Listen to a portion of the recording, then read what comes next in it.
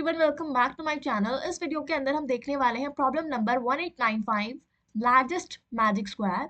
Medium mark problem है। Problem description क्या कह रहा है? अ के क्रॉस के मैजिक स्क्वायर इज अ के क्रॉस के grid filled with integers such that every row sum, every column sum and both diagonal sum are equal। क्या कहने का मतलब है? अगर मैं कोई k क्रॉस k साइज का ग्रिड लूं, उसको मैं मैजिक स्क्वायर कब कह सकती हूँ? जब उसके every row every row every column ये सारी कंडीशन एंड में है। And both diagonal. डायगनल कौन कौन सी हो गई? एक ये वाली और एक ये। डायगनल प्लस एंटी डायगनल दोनों का जो भी सम है, इसको हम बोथ डायगनल्स बोल रहे हैं। उनका जो भी सम है that is going to be equal. तीनों से जो भी सम आ रहा है वो इक्वल होना चाहिए। आगे के क्वेश्चन कह रहा है the integer in the magic square does not have to be distinct. मतलब डिस्टिंक्ट होने की जरूरत नहीं है, डुप्लीकेट्स भी एग्जिस्ट कर सकते हैं। Every one cross one grid is trivially a magic square. तो वन क्रॉस वन को ये लोग बाय डिफॉल्ट बता रहे हैं कि मैजिक स्क्वायर वो ऑलरेडी है। Given n m cross n integer grid, हमें क्या गिवन होगा? m क्रॉस n साइज का एक इंटीजर ग्रिड गिवन होगा। Return the size that is the side length k of the largest magic square that can be found within the grid। तो हमें उस m cross n size के grid में से एक क्रे क्रॉस क्रे जो कि एक मैजिक स्क्वायर है उसको फाइंड आउट करना है। साथ के साथ वो मैजिक स्क्वायर सबसे ज्यादा लार्जेस्ट होना चाहिए m क्रॉस n के अंदर। तो ये हमें रिटर्न करना है। बेसिकली हमें के का साइड लेंथ रिटर्न करना है। कैसे निकाल सकते हैं? यहाँ पर एक एग्जाम्पल गिवन है जो कि लीड कोड से आ रहा था। इन्होंने ये बोला है कि ये वाला जो पोर्शन है m क्रॉस n का, this is making a magic square. कैसे वो देखते हैं। देखो, मैंने इस पूरे पोर्शन को यहाँ पे बना लिया था। अब मैं पर्टिकुलरली हर कॉलम की बात करती हूँ। पहले हर कॉलम की अगर हम बात करें तो ये हमारा फर्स्ट कॉलम हो गया।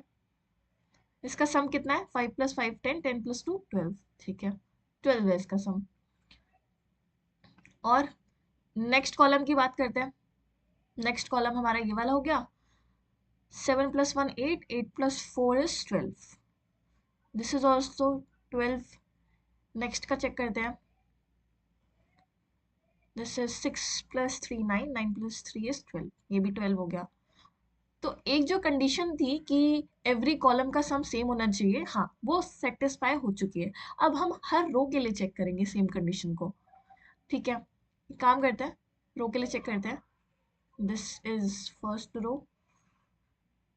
5 6 11, 11 + 1 12। सेम चीज नेक्स्ट रो के लिए। 5 4 9, 9 + 3 is 12, 12। और this is also one of the row. 2 3 5 5 7 12, ये भी 12। तो फॉर एवरी रो भी हमारी कंडीशन सेटिस्फाई हो गई है। अब हमें बोथ डायगनल्स की तरफ फोकस करना है। तो डायगनल कौन कौन से होंगे? This is the diagonal. Diagonal is basically 5 3 8, 8 + 4 is 12। ठीक है, 12। इधर भी देख लेते हैं। ये एक और डायगनल है जिसमें कितना है? 6 4 2 12। तो हमारी बोथ डायगनल की भी कंडीशन सेटिस्फाई हो चुकी है। तो this is going to be a what? Magic square. तो ये हमारा क्या है? एक मैजिक स्क्वायर।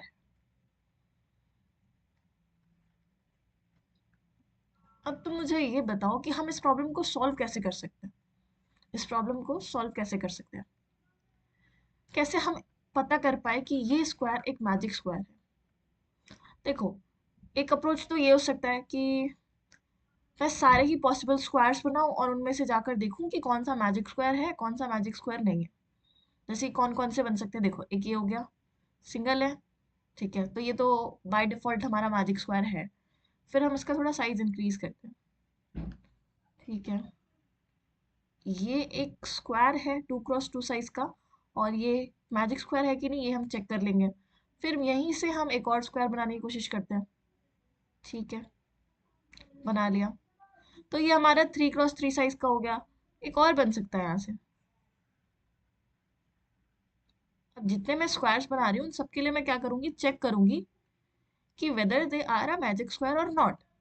ठीक है, तो हम जितने भी पॉसिबल स्क्वायर्स बन सकते हैं वो सारे स्क्वायर्स बना लेते हैं, और बनाने के बाद चेक करते हैं कि वो एक वैलिड मैजिक स्क्वायर है या नहीं। ये तो एक बहुत सिंपल ब्रूट फोर्स अप्रोच हो गया।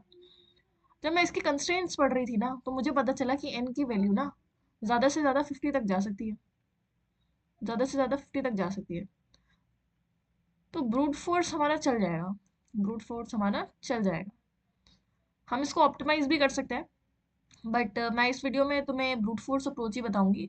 ऑप्टिमाइज वाला अगर तुम लोग को चाहिए होगा तो you can tell me in the comment section, I will upload it. तो कैसे करना है ब्रूट फोर्स वो समझते हैं। और देखो यहाँ पे इसका देखो जो आउटपुट आ रहा था, दैट वाज आंसर वाज 3। क्यों 3? क्योंकि इसका साइड लेंथ देखो, इसका साइड लेंथ कितना है, 3 है। दिस इज ओनली द के वैल्यू जो हमें चाहिए होगा, 3x3। ठीक है, तो यही हमें के का वैल्यू ही रिटर्न करना होगा। अब यहाँ पर एक एग्जाम्पल मैंने फिर से ड्रॉ करा है, और यू कैन से अभी इसको बिल्ड करेंगे कि कैसे हम पॉसिबल स्क्वायर्स को बना सकते हैं। हम स्टार्ट करेंगे 0,0 से, और यहीं से ही अपने सारे स्क्वायर्स को बनाना चालू करेंगे एक एक करके। सबसे पहले हम क्या करेंगे, 1 तो हमारा बाय डिफॉल्ट होता है, तो हम 2x2 साइज का बनाना चाहेंगे। हम हर एक टॉप लेफ्ट पॉइंट को कंसिडर करेंगे। हम हर एक टॉप लेफ्ट पॉइंट को कंसिडर करेंगे, और उससे हम स्क्वायर बनाने का ट्राई करेंगे। तो हमने यहाँ पे मान लिया है कि 0,0 is the top left corner for making this particular square. ठीक है, फिर अगर मुझे के का वैल्यू बढ़ाना है, के का वैल्यू मैं थोड़ा सा इंक्रीज करूंगी। 1 से इंक्रीज किया, अगर ये मैजिक स्क्वायर मुझे नहीं मिला तो मैं फिर से के की वैल्यू को थोड़ा सा इंक्रीज करूंगी। इंक्रीज करके फिर हमें एक पॉसिबल स्क्वायर ये मिल जाएगा। फिर इसके लिए हम चेक करेंगे, तो ये कब तक चल सकता है देखते हैं। एक पॉसिबल स्क्वायर ये बन जाएगा, कितने साइज का, 4x4 साइज का। और बना लेते हैं, this is also one of the possible square जो हम बना सकते हैं, इसको टॉप लेफ्ट कॉर्नर को मानते हुए। ठीक है, इसको और बड़ा करते हैं।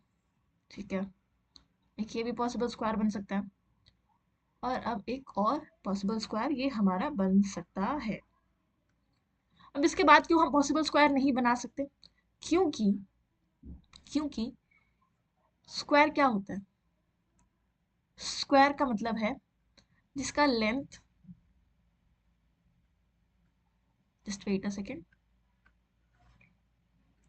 Length into breath.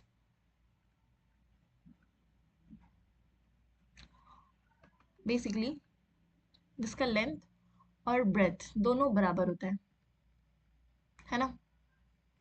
अब ये बताओ, this is how many number of rows, m की वैल्यू कितनी है, m की वैल्यू 8 है।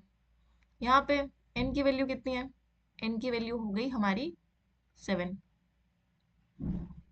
तो पॉसिबल जो स्क्वायर हम बना सकते हैं ना, वो सिर्फ इन दोनों में से स्मॉलेस्ट का ही बना सकते हैं। यानी मिनिमम जो के हमारा एक्सटेंड कर सकता है वो ज्यादा से ज्यादा, जो भी एम दिया होगा, एन दिया होगा, इनमें से जो भी मिनिमम रहेगा वहीं तक हमारा के एक्सटेंड कर सकता है।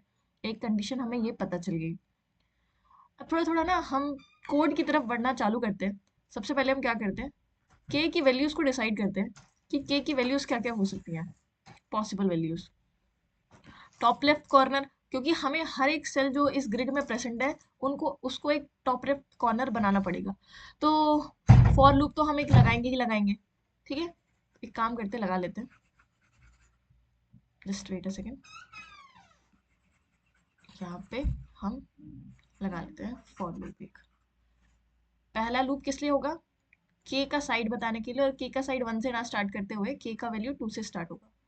तो फॉर के इक्वल्स टू 2, और के ज़्यादा से ज़्यादा कहाँ तक जा सकता है, मिनिमम दोनों का m और n में से जो भी मिनिमम है के वहीं तक जा सकता है।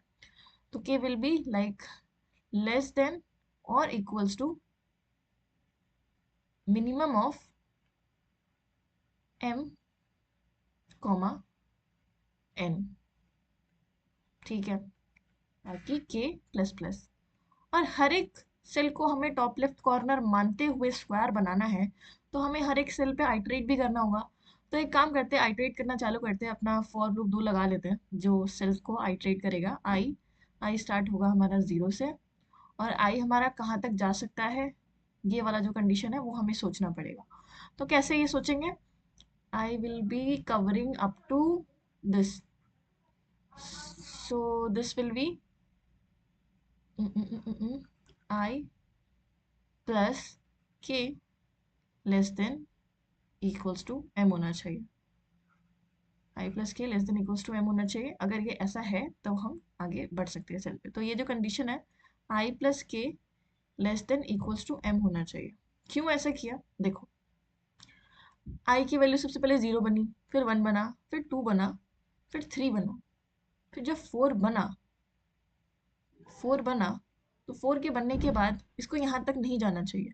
क्यों, क्योंकि जब ये यहाँ पे आ चुका है तो ये ऑलरेडी इतना पोर्शन 2 के लिए कवर करेगा, क्योंकि के की वैल्यू स्टार्टिंग में 2 है ना, मान के चलो के इक्वल्स टू 2 है, के इक्वल्स टू 2 है, तो ये ज़्यादा से ज़्यादा कहाँ तक आ सकता है, यहीं तक आ सकता है। और जब ये यहाँ तक इसमें अगर मैं आई में प्लस कर दूंगी के को, तो 4 प्लस 2, ये ऑलरेडी 6 बन चुका है। 4 प्लस 2 ऑलरेडी 6 बन चुका है। तो अगर मैं इससे आगे बढ़ूंगी तो मैं आउट ऑफ बाउंड चली जाऊंगी। तो उसके लिए हम क्या कर सकते हैं, what I can do is I can make this equation as I plus 1 less than equals to M होना चाहिए, ठीक है। और आई प्लस प्लस कर देते हैं। फिर सेम चीज़ फॉर के लिए भी, वो जे के लिए भी, कॉलम के लिए भी, जे भी हमारा 0 से स्टार्ट होगा, और जे प्लस के हमारा less than equals to N होगा, और जे प्लस प्लस। अब हम क्या करेंगे, हम एक फंक्शन बनाएंगे इज वैलिड करके, जिसमें हम क्या क्या चीज़ें भेजेंगे। सबसे पहले अपना आई भेजेंगे, और जे भेजेंगे, और के भेजेंगे, कि अभी तक का जो साइड है, साइड अभी हम 2 क्रॉस 2 मान के चल रहे हैं, अगर ये वैलिड मिलता है हमें, if it is valid, then what we are going to do, we are going to update our answer. यहाँ पे हम एक ग्लोबली आंसर बना लेंगे जिसको हम अपडेट कर देंगे। Answer will be equals to maximum of अभी तक का आंसर जो हमारे पास है, कॉमा के, ठीक है। ये हम कर सकते हैं। ये तो हो गया हमारा बेसिकली किस तरीके से स्क्वायर्स डिवीजन होगा, और उसके बाद हर सेल को टॉप लेफ्ट कॉर्नर बना के उसका स्क्वायर कैसे बनाया जाएगा। अब दूसरी बात करनी है हमें इज वैलिड करने की।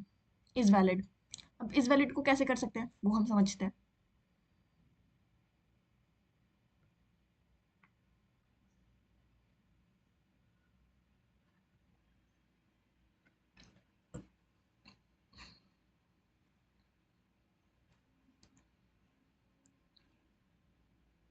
यहाँ पर अब हम इज वैलिड का फंक्शन बनाने वाले हैं, जो कैसे बनेगा, देखो, जो जो पैरामीटर्स वो लेने वाला है, आई कॉमा जे कॉमा के, वो तो एज इट इज है। के बता रहा है हमारा बेसिकली अभी तक का साइड लेंथ क्या भेजा गया है फंक्शन से। तो मैजिक स्क्वायर को सेटिस्फाई करने वाली कंडीशन क्या थी, कि हर रो का और हर कॉलम का और बोथ डायगोनल का जो भी सम होने वाला है वो सेम हो। अब उसी को चेक करने के लिए हमें हर रो का सम भी निकालना पड़ेगा इस पर्टिकुलर स्क्वायर के लिए। कैसे निकालेंगे, सबसे पहले एक वेरिएबल बना लो सम नाम से, और अगर तुम फर्स्ट टाइम किसी रो को कंप्यूट कर रहे हो तो उसका सम निकाल लो, फिर नेक्स्ट टाइम उस रो के सम को कंपेयर करते जाओ उसके नेक्स्ट रो के साथ। क्या कहने का मतलब है, देखो, आई कॉमा जे हमारा टॉप लेफ्ट कॉर्नर है किसी भी ग्रिड का। अगर मैं यहाँ पे 3 क्रॉस 3 साइज का ग्रिड लूँ, तो के की वैल्यू क्या आई होगी, के की वैल्यू 3 आई होगी, क्योंकि साइड लेंथ क्या है, 3 है। और this is going to be, मान लो 0 कॉमा 0, दिस इज 1 2 0 1 2। हम यहाँ पे, हमें यहाँ से कॉल किया गया है विथ 3 पैरामीटर। तो हमें क्या करना होगा, सारे रो पे ट्रैवल करना है। रो के लिए क्या क्या चेंज हो रहा है, हमारा कॉलम चेंज हो रहा है, और रो भी हमारा पहले इस रो के लिए हो रहा है, फिर इसके लिए, फिर इसके लिए। तो हमें 2 लूप्स तो लगाने ही पड़ेंगे, एक हमारा इसके लिए और एक हमारा इसके लिए। तो एक काम करते हैं, लूप लगाते हैं, और ये वैल्यू कहाँ तक जाएगी, ये वैल्यू मैक्सिमम जाएगी हमारी, अगर इसको माने आई टी, जो कि आइटरेटर है हमारा, यहाँ से स्टार्ट होगा, जो भी आई की वैल्यू आएगी वहां से स्टार्ट होगा, क्योंकि रो वहीं से स्टार्ट होना है। एंड वो कहाँ तक जा सकता है, उसको आई टी प्लस के से कम तक जा सकता है। तो अगर आई टी 0 था +3 किया तो ये 2 तक जा सकता है मैक्सिमम। ठीक है, तो एक काम करते हैं, यहाँ पे एक लूप चलाते हैं। For int I T it will be starting from I, ज़्यादा से ज़्यादा कहाँ तक जा सकता है आई T, less than I plus के और आई टी प्लस प्लस, हर एक रो के लिए कैलकुलेट कर रहे होंगे। ठीक है, यहाँ पर कैलकुलेट करना है तो एक एस बनाना पड़ेगा जिसके अंदर अभी तक का जो भी करंट रो है उसका सम हम इसमें अपडेट कर रहे होंगे। नेक्स्ट, अब कॉलम पे जाना पड़ेगा, हर कॉलम पे जाना पड़ेगा उस पर्टिकुलर रो के लिए। तो एक काम करते हैं, चलो ठीक है, कोई और वेरिएबल ले लेंगे, इंट आई सी कॉलम ले लेंगे, ith कॉलम। ठीक है, और ये भी हमारा कहाँ से स्टार्ट होगा, ये हमारा जे से स्टार्ट होगा, जो भी हमारा फंक्शन से आया है जे उससे स्टार्ट होगा। आई सी कहाँ तक जा सकता है, लेस देन जे तक जा सकता है, पूरा जितना भी कवर करना है जे वहीं तक जा सकता है। तो what we can do, J plus के और आई सी प्लस प्लस। ठीक है, ये हो गया। जब ये हमारा पूरा हो जाएगा तो यहाँ पे हम प्लस भी करते जाएंगे, जो जो चीज़ें हमने की है एस में हम प्लस इक्वल्स टू करेंगे, ग्रिड आएगा ना, ग्रिड पे जो भी वैल्यू है तो ग्रिड को हम जी मान लेते हैं, जी ऑफ आई टी और आई सी, जो भी वैल्यू है उसको ऐड करते जाएंगे। जब ये हो जाएगा, फर्स्ट रो के लिए अगर निकाला है, if I T is equals to first में आई के लिए है, तो जो भी सम है उसको पहले स्टोर करके रख लो कि फर्स्ट के लिए इतना है, ताकि हम बाकी लोगों से भी इसको कंपेयर कर पाए। ठीक है, कर लिया। एल्स इफ अगर किसी पॉइंट ऑफ टाइम पे जो भी मेरा सम है वो नॉट इक्वल्स टू एस के आ रहा है, उस केस में हम यहाँ पे रिटर्न कर देंगे क्या, फॉल्स। ठीक है, डन। तो ये तो हमारा किसके लिए चेक हो गया, this is the check for every row. Now we we have to move to the column part. ठीक है, अब हम हर कॉलम की बात करेंगे, लॉजिक सेम रहने वाला है रो वाला, तो तुम खुद से भी लिख सकते हो but I am just telling.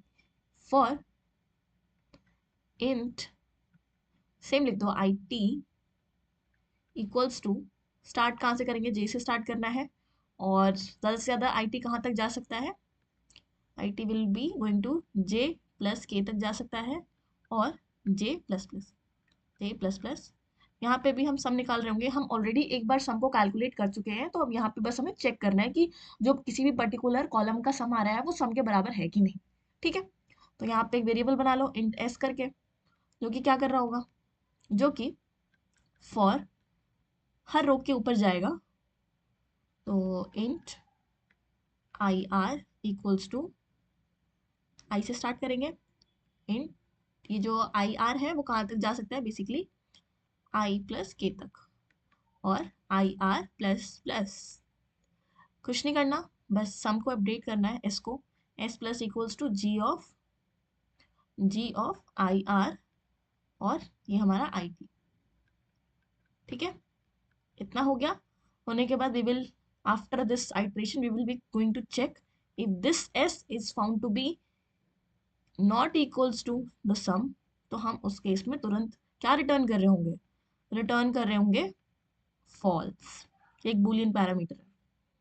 क्यों, यहाँ पे भी हमने फॉल्स रिटर्न किया है, बूलियन पैरामीटर क्यों, क्योंकि ये चेक कर रहा है कि कोई भी एक स्क्वायर वो वैलिड मैजिक स्क्वायर है या नहीं। ठीक है, और ये सब होने के बाद ये हमने किसके लिए कैलकुलेट कर लिया, बेसिकली ये हमने एवरी कॉलम के लिए कैलकुलेट कर लिया। नेक्स्ट मूव करते हैं डायगोनल्स की तरफ। अब मुझे एक बात बताओ, जब मैं डायगोनल्स की बात करती हूँ, डायगोनल्स कौन कौन से मैं उनको मार्क डाउन कर देती हूँ। अभी हम 0,0 का ही एग्जाम्पल लेके चलते हैं। This is the 0,0 cell, this is 0 1 2 0 1 2। तो डायगोनल कौन कौन से हो गए, एक ये हो गया, ये हो गया, ये हो गया। तो जहां से भी आप स्टार्ट कर रहे हो उसमें अगर दोनों साइड आप +1 +1 करते जाओगे तो आपको मिल सकता है। इसी में हम एक बार 1 ऐड करेंगे, एक बार 2 ऐड करेंगे तो हम इस पे पहुंच सकते हैं। तो देखो इसका क्या फंक्शन रहने वाला है। सबसे पहले तो for int d equals to 0, और डी कहाँ तक जा सकता है, डी विल गो टू, के की वैल्यू क्या आई है 3, तो मैक्सिमम 2 तक ही जा रहा है, तो k will be less then D, यहाँ तक जा सकता है। तो D will be less than k d plus plus. उसके बाद हम क्या करेंगे, इसमें तो डायरेक्ट सम निकालना है, कुछ चेंज करना ही नहीं है, कि करके बस वैल्यूज चेंज होगी। जिससे भी हम स्टार्ट कर रहे होंगे, मतलब 0,0 जहाँ से भी हमारा स्टार्टिंग पॉइंट आया होगा, उसी में हम इस डी की वैल्यू को अपडेट करते जाएंगे, आई प्लस डी और i sorry j plus d. इसको कर लिया। करने के बाद लास्ट में what we are going to check, इसके लिए हमें एस की वैल्यू ना बाहर ही डिफाइन कर देते हैं, इंट एस इक्वल्स टू 0। जब ये चेक हो गया तो हम फाइनली यहाँ पे चेक करेंगे if sum not equals to s, तो इस केस में भी हम क्या कर रहे होंगे, रिटर्न कर रहे होंगे फॉल्स। अब हम एंटी डायगोनल्स के लिए देख लेते हैं, एंटी डायगोनल्स की वैल्यू कैसे फाइंड आउट कर सकते हैं। देखो फिर से हम एक ग्रिड बना लेते हैं। ओके, दिस स्टार्ट हम कहाँ से कर रहे हैं, यहाँ से 0,0 से इंडेक्सिंग करते हैं, 0 1 2 0 1 2। उसके बाद कौन कौन से हमारे एंटी डायगोनल्स होंगे, बेसिकली दिस दिस दिस। एक बार ना यहाँ लिख लेते हैं कौन कौन से हैं, 0,2 1,1 और 2,0। अब इनको कैसे अचीव किया जा सकता है। सो बेसिकली अगर ये वाला पैटर्न ध्यान से देखो आई के लिए, तो ये बस बढ़ रहा है एक एक करके। जहाँ से आई स्टार्ट हुआ था, आई में पहले हमने 0 प्लस किया है, आई में हमने फिर 1 प्लस किया है, आई में हमने 2 प्लस किया है। तो बेसिकली आई की वैल्यू कुछ कुछ चेंज हो रही है। बट अगर हम इसकी बात करें तो इसमें सब कुछ उल्टा चल रहा है।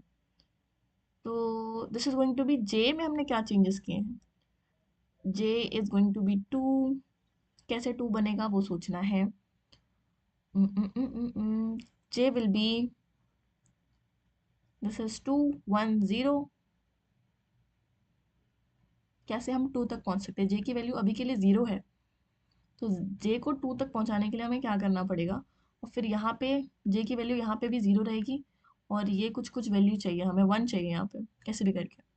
तो 1 कैसे आ सकता है, कुछ हम के साथ रिलेशन देखते हैं, क्योंकि के से हमारा चीज़ें स्टार्ट हो रहा है। तो अगर हम जे प्लस के करें, तो जे प्लस के करने से यहाँ तो 2 मिल गया, और फिर जे में यहाँ पे के में 2 करा, तो ये भी हमारा 2 ही मिल रहा है। नहीं, कुछ और चीज़ें चेंजेस करनी पड़ेंगी।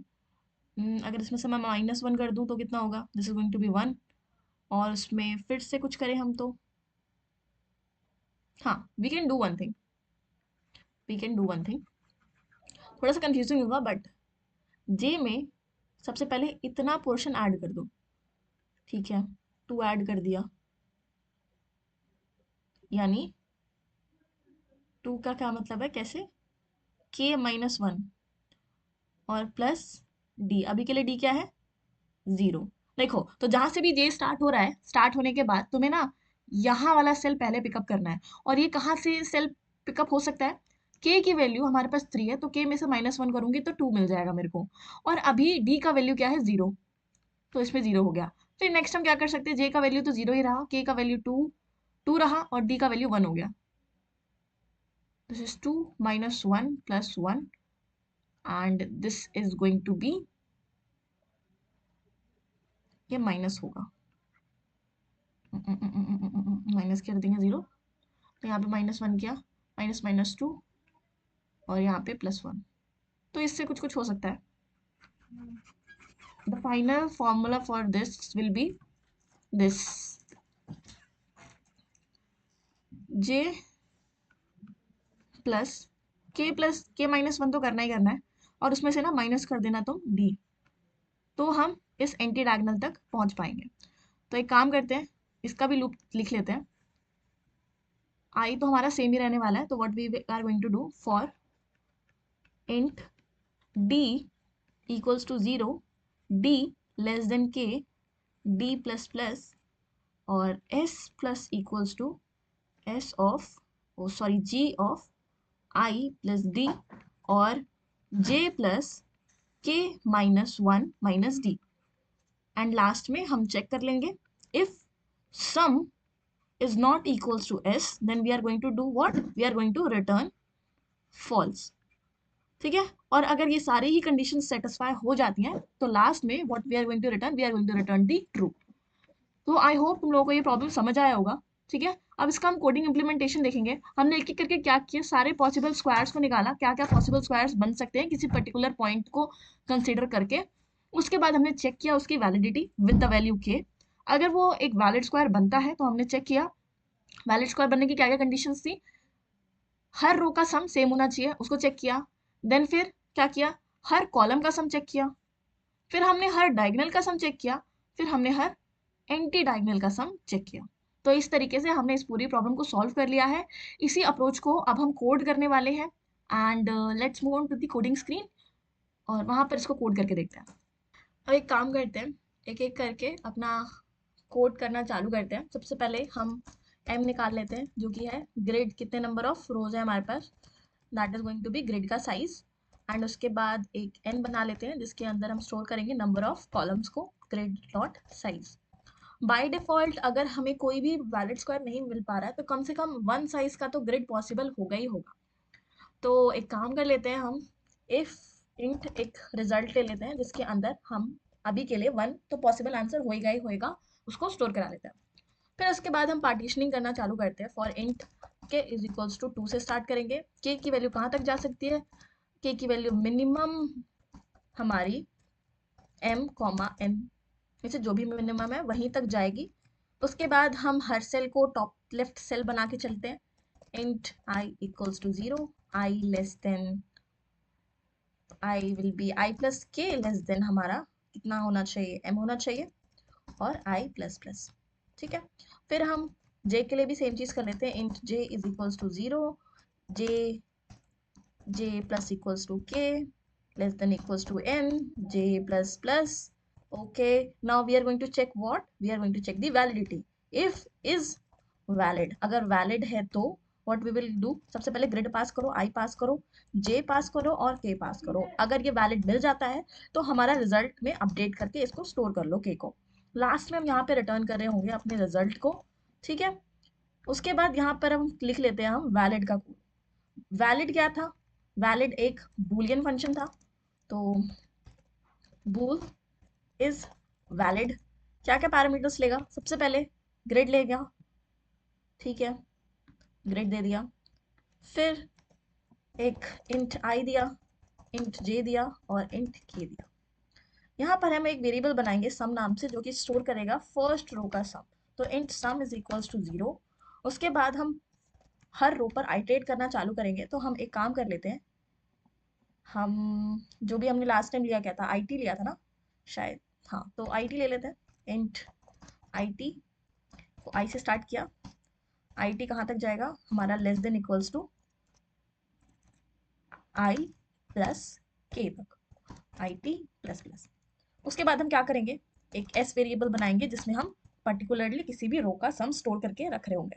तो हमें हर कॉलम पे आइटरेट करना पड़ेगा। For int y equals to j से स्टार्ट होगा और कहाँ तक जाएगा, y will be less than j plus के और j plus plus.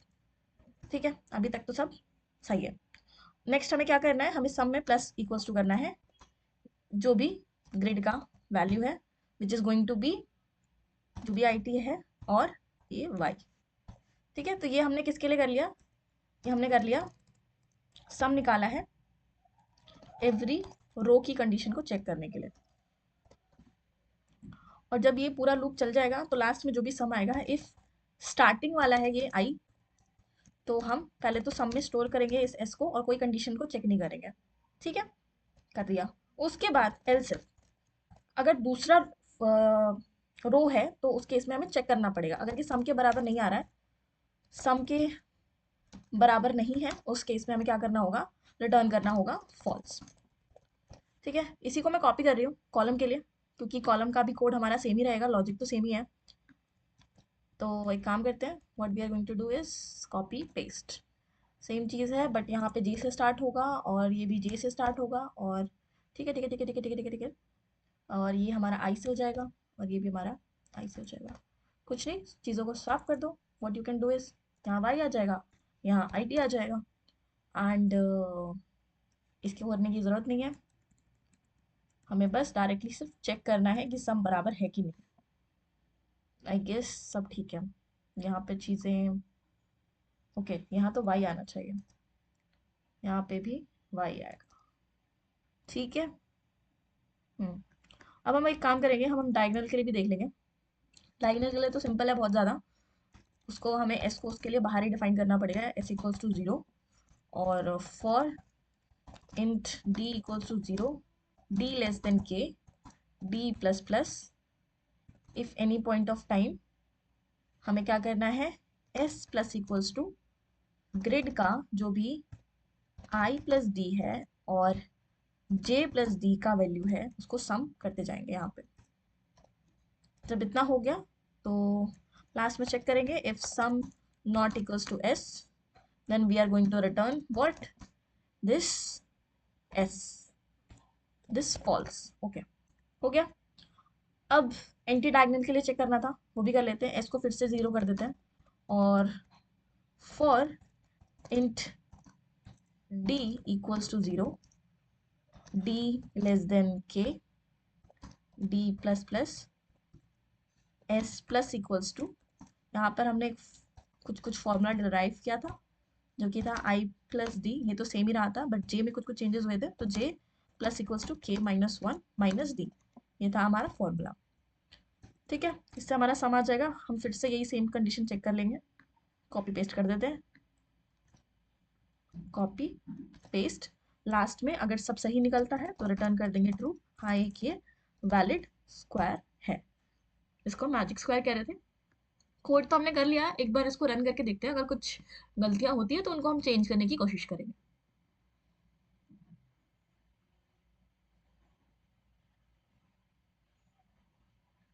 It is taking lot of time, चलो कोई नहीं, एक्सेप्टेड हो गया, सबमिट करके देखते हैं।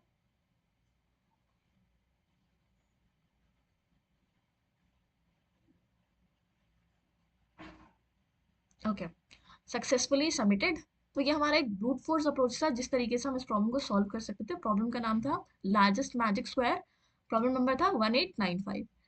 ये हम ब्रूट फोर्स तरीके से इसलिए सॉल्व कर पाए क्योंकि ये जो एम और एन की वैल्यूज है ना वो ज़्यादा से ज़्यादा 50 तक ही जा सकती है, इसीलिए ब्रूट फोर्स चल गया।